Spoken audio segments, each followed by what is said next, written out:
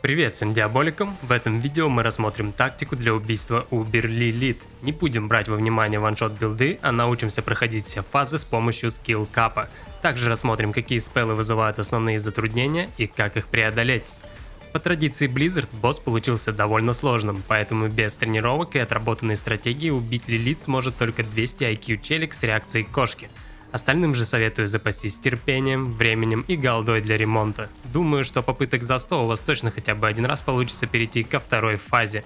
В начале сражения она бьет своими обычными атаками с руки, которые легко танкуются. Все, что нужно, это не выходить за круг и успеть за 10 секунд выдавить прыщ, так как он ваншотает. Спустя какое-то время она скастует свой первый спелл. Чтобы не умереть, достаточно один раз нажать на пробел и не стоять в упор к боссу, чтобы вас не зацепило задней частью. Особенно это касается милишных билдов.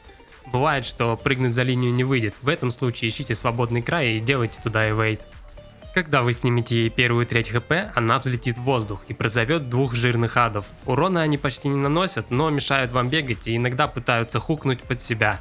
После убийства каждого из них спавнится два прыща, сносите их в первую очередь, отвлекаясь только на кайтинг волн. Чтобы было легче, убивайте адов по очереди. Иногда тяжело зафокусить сразу 4 шара, которые могут заспавниться далеко друг от друга, что приведет к вайпу от взрыва одного из них. Пока жирничи живы, она будет взлетать в воздух и кастовать 3 линии с шипами.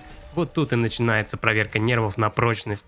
Если ваш билд стеклопушка типа моего Роги, то пережить волну никак не получится, кроме как каждый раз ее избегать.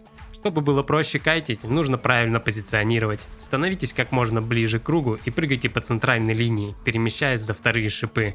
Разбойникам можно нажать дэш, и этого будет достаточно, как и блинка на сорке. Для остальных же лучше использовать ботинки с бонусом к числу прыжков. Делайте двойной пробел, и вы уже в сейф-зоне. Главное не провтыкать и быстро среагировать, когда она скастует перед вами волну. Лилит не всегда действует по такому сценарию, иногда линии могут быть слишком близко друг к другу или повернуты по горизонтали экрана. Тут лучше прыгать от них в пустую область арены. Есть еще два способа кайта, они сложнее, но могут пригодиться, если в этот момент вы оказались ближе к центру арены. Первый способ – это бегать между волн. Старайтесь бежать под прямым углом по отношению к линии, по которой она их пускает. Если вы начнете убегать по диагонали, то скорее всего вас зацепит. Также можно использовать прыжки, если скорости бега совсем мало. Второй способ – это бежать за волной. Нужно быстро среагировать на ее появление и прыгнуть за нее, бежать вслед и после переместиться на соседнюю линию, когда та освободится. Теперь начинается промежуточная стадия до момента, пока вы не оставите боссу треть здоровья. Если вы уже научились избегать волны, то затруднения на этом этапе не должно возникнуть. Держитесь ближе к краю арены, прыгайте от шипов, лопайте прыщи и в свободные промежутки наносите урон по боссу. Приступим к финальной части первой фазы. После приземления Лилит призовет 3 адов. Они немного сильнее дэмажат, чем первые, но зато быстрее умирают.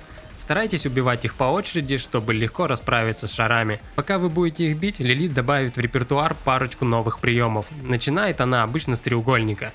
При его удачном спавне достаточно отбежать в пустую зону и дождаться, пока волны пройдут. Если же удача отвернулась, то ситуация становится сложнее. В центре треугольника будет зона, в которую Лилит приземляется с ваншот механикой и довольно быстро. Один из способов выжить – это переместиться в угол треугольника, там где появляется волна. Когда шипы начнут двигаться, сразу же бегите за ними по кругу. Другой способ – это дабл-прыжок. Сначала вы выпрыгиваете из круга, в который приземлится босс, примерно в центр одной из линий треугольника, и далее делаете прыжок обратно в треугольник, где вас уже ждет Лилит. Помимо треугольника, она будет призывать все те же 3 линии с шипами, но вдобавок с круглой ваншот-зоной в точке ее приземления. Это не сильно затрудняет ситуацию, нужно только быстрее реагировать и двойным прыжком избегать смерти. Либо в пустую зону, либо по центральной линии в сторону, куда поедет волна. После убийства адов вам останется только кайтить все ее механики и добить хп до конца. Теперь вместо одного прыща будет призываться 2. Как и раньше, лопайте их в первую очередь, держитесь ближе к краю арены и в свободные секунды бейте Лилит. Я старался показать вам основные моменты боя, вызывающие сложность. Надеюсь, этот микрогайд поможет вам пройти первую фазу и выполнить челлендж с убийством рогатой. Не забывайте пить фласки, использовать сейф или мувинг обилки и никогда не жалейте КД пробела.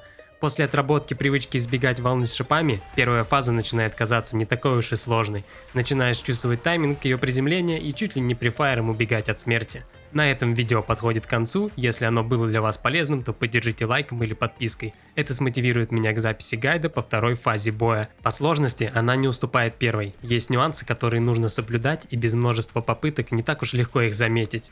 На связи был Диаблоид, всем желаю удачных траев и роскошного лута. До встречи!